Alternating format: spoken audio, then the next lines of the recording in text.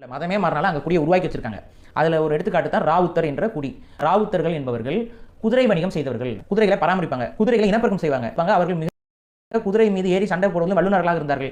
அதனால குதிரை வீரர்களாகவும் வேலை செஞ்சாங்க. அதே போல மரக்காயருடைய அடிப்படை தொழில் மரக்கலங்கள் செய்வது. மீனவர்களுக்கு போட் செய்யறதா இருக்கட்டும், கப்பல் செய்யறதா இருக்கட்டும், வணிகர்களாகவும் கப்பல் செய்யறதா வணிகர்களாகவும் இருப்பார்கள், மீனவர்களாகவும் இருப்பார்கள். இதுக்கப்புறம் மாப்பிள முஸ்லீம் கேரளாவில் இருக்கக்கூடிய மலையாளத்தை தாய்மொழியாக கொண்டவர்கள் இருப்பாங்க. இந்த மாப்பிள முஸ்லீம்களும் கிட்டத்தட்ட மரக்காயர் போலவே இந்த வியாபாரம் செய்தவர்கள், வணிகம் செய்தவர்கள், மீன் பிடித்தவர்கள்.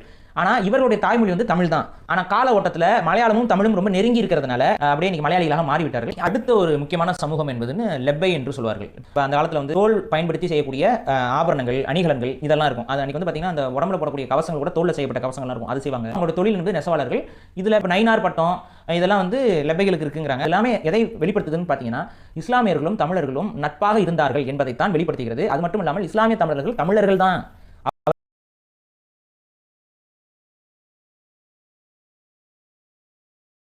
जातिवाद, भेदभाव या नफरत फैलाना नहीं है। बस भारत के डाइवर्स हिस्ट्री और कम्युनिटीज के बारे में अवेयरनेस बढ़ाना ही हमारा उद्देश्य है। अगर किसी को अनजाने में बुरा लगे तो वो पूरी तरह से संयोग होगा। आपसे रिक्वेस्ट है कि वीडियो को समझदारी और खुले दिमाग से देखें। दोस्तों, जब भी हिस्ट्री, ब्रेवरी और पर्सनालिटी की बात होती है तो पठान या पश्तून नाम जरूर सामने आता है। ये लोग सिर्फ लड़ाई और युद्ध तक ही सीमित नहीं रहे, बल्कि politics, society, literature, art, sports और सिनेमा में भी अपनी अलग पहचान बना चुके हैं। मध्यकाल में शेर शाह सूरी ने दिल्ली की गद्दी संभाली और ग्रैंड ट्रंक रोड जैसी अमर योजनाएं दी। वहीं अहमद शाह अब्दाली ने दुर्रानी साम्राज्य की नींव रखकर भारतीय इतिहास में गहरी छाप छोड़ी।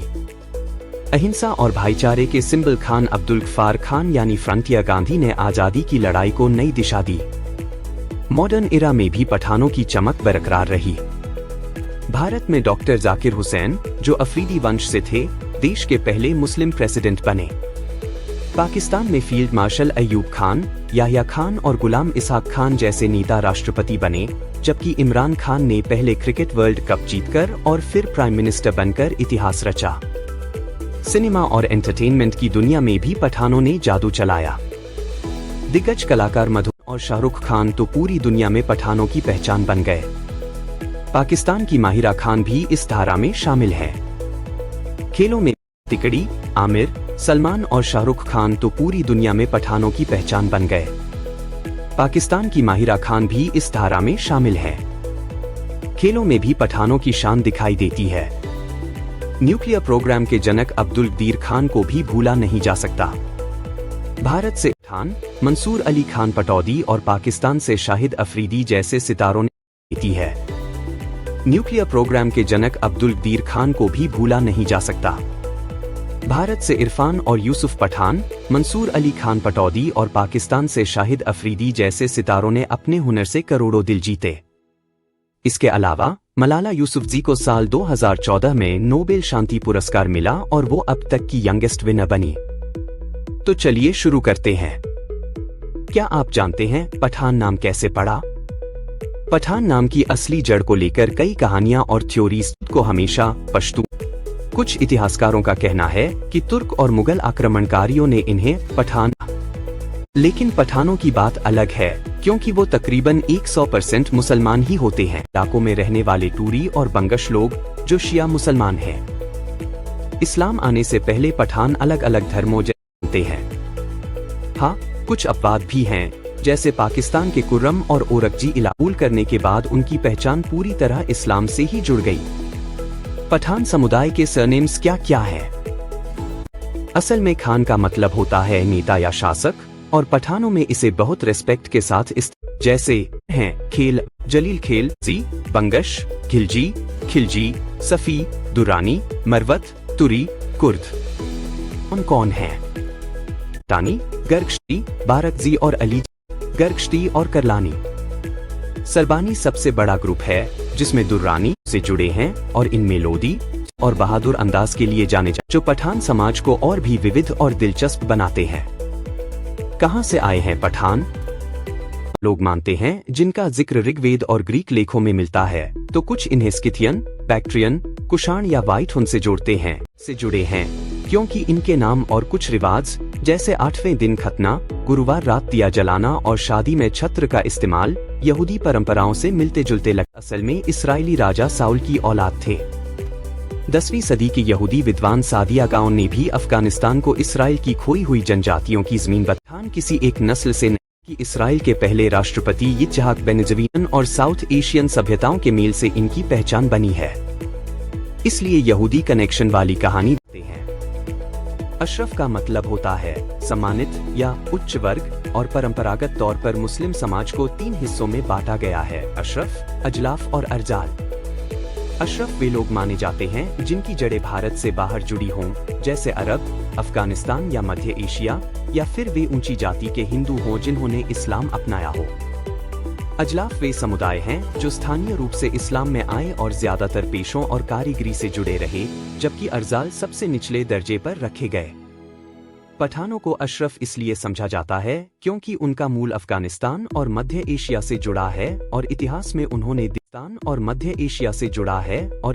में उन्होंने दिल्ली सल्तनत और लोदी वंश जैसे राजवंशों में शासक और फौजी तबके की अहम भूमिका निभाई।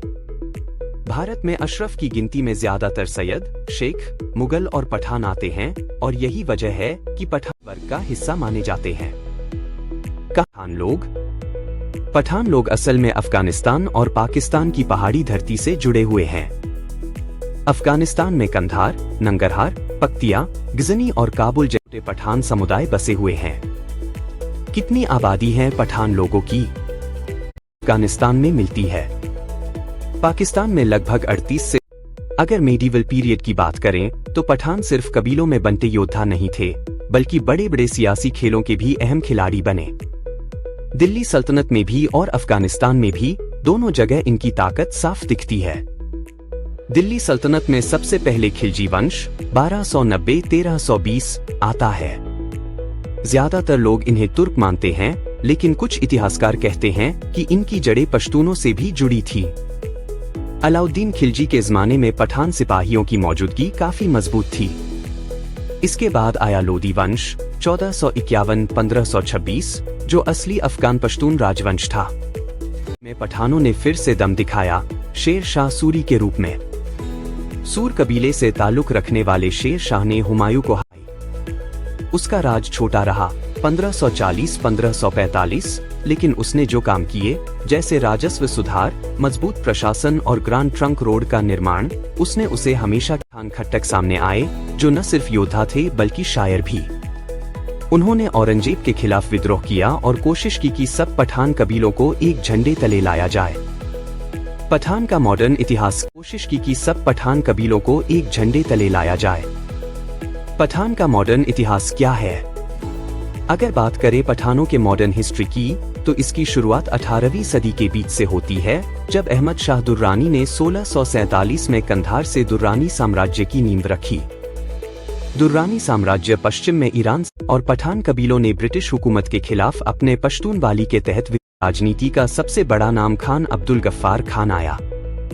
उन्होंने अहिंसा के रास्ते पर चलते उनके साथियों ने इसका विरोध किया और पश्तूनिस्तान की मांग की, चमत्कार आंदोलन चलाया। समय जब नॉर्थ वेस्ट फ्रंटियर प्रोविंस, अब खैबर पख्तूनख्वा, पाकिस्तान में शामिल हुआ, तो गफ्फार खान और उनके साथियों ने इसका विरोध किया और पश्तूनिस्तान की मांग की, जो पूरी नहीं हो पाई।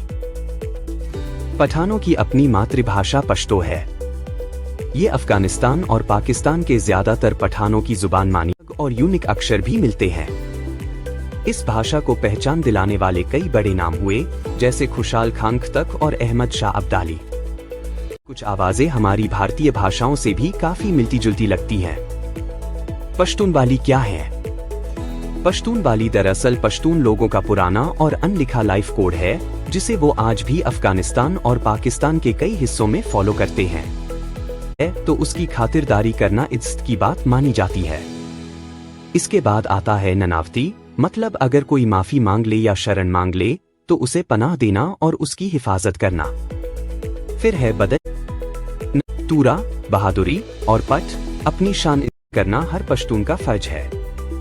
इसके अलावा वफा, परिवार और कबीले के लिए वफादारी, तूरा, बहादुरी और पट, अपनी शान इज्जत की रक्षा भी इस कोड के अहम हिस्से हैं। झगड़े फसाद सुलझाने के लिए उनकी अपनी जिरगा पंचायत होती है, जिसमें बुजुर्ग और सरदार मिलकर फैसला करते हैं। कुल मिलाकर पश्तून वाली सिर्फ नियम नहीं है, बल्कि पूरे पश्तून समाज की रीढ़ और उनका जीने का तरीका है। किस कैटेगरी में आते हैं पठान लोग? भारत में पठान को सामान्य श्रेणी जनरल कैटेगरी के अंतर्गत ही गिना जाता है। तो फिर मिलते हैं अगले वीडियो में एक और दिलचस्प कहानी और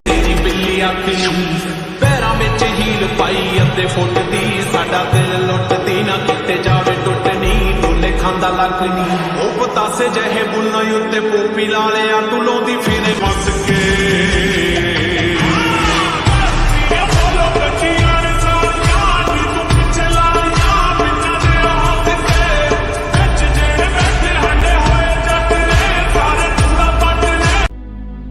अहमद शाह अब्दाली दी खुशी बहुत देर रह ना सकी।